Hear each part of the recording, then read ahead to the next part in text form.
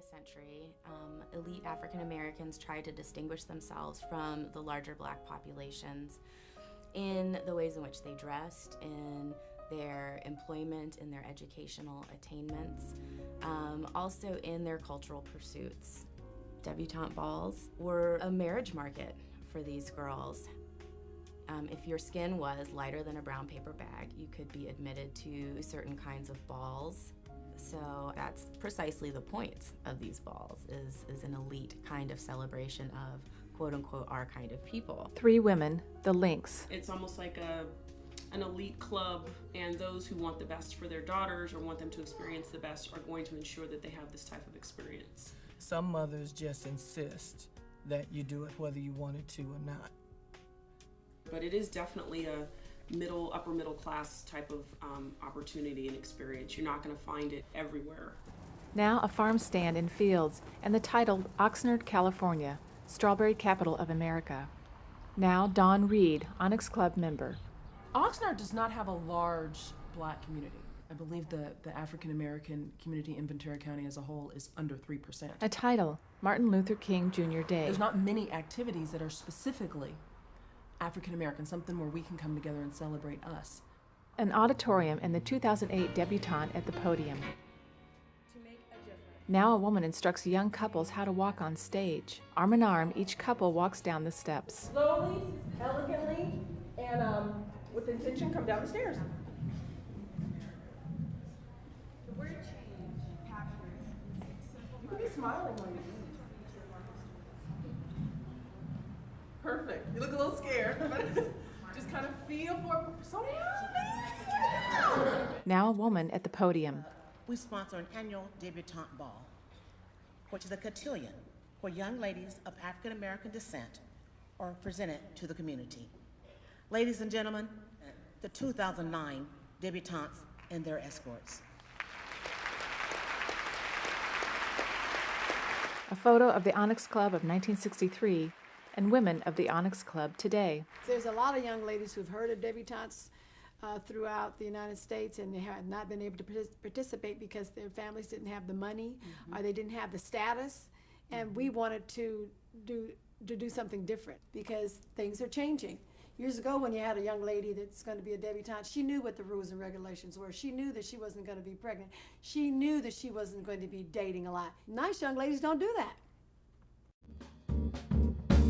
If she's the queen, this would be one of her ambitions that she's achieved. I want it. I just do.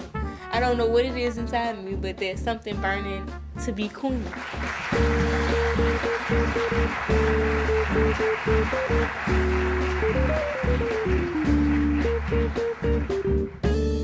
When you're seen in public, we want you to be the consummate Deb, because you represent us, we represent you, you represent the city of New Orleans, and you are Black. The original Illinois Club is the oldest, the most selective, the best of the best. You're getting into that French heritage and the Caribbean part, where you introduce girls to society, and it was called making their debut.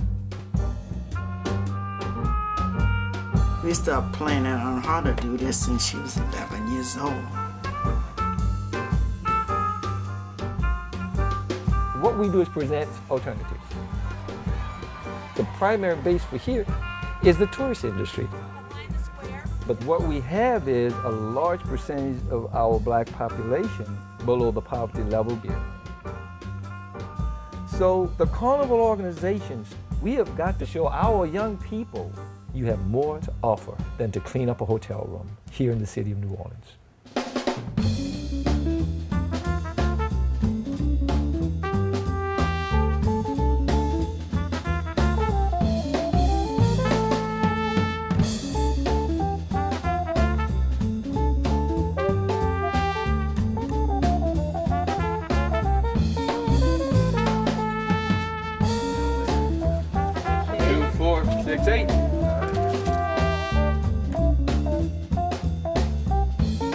I marvel every year to watch the young ladies as outgoing, poised young women.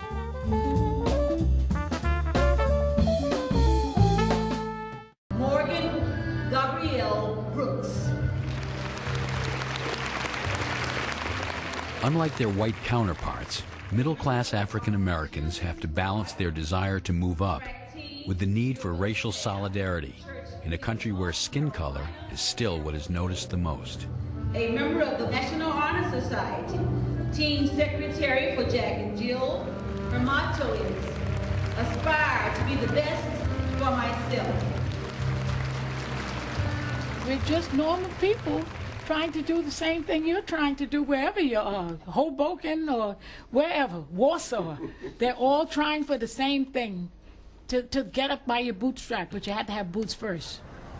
We should be encouraging our community to strive. Every group in America has come to America with the goal of becoming middle class. So why should we suddenly be the only group that identifies becoming middle class as this nasty word of calling bouginess? I think it's almost a reverse brainwash, that somehow attaining success means losing your roots.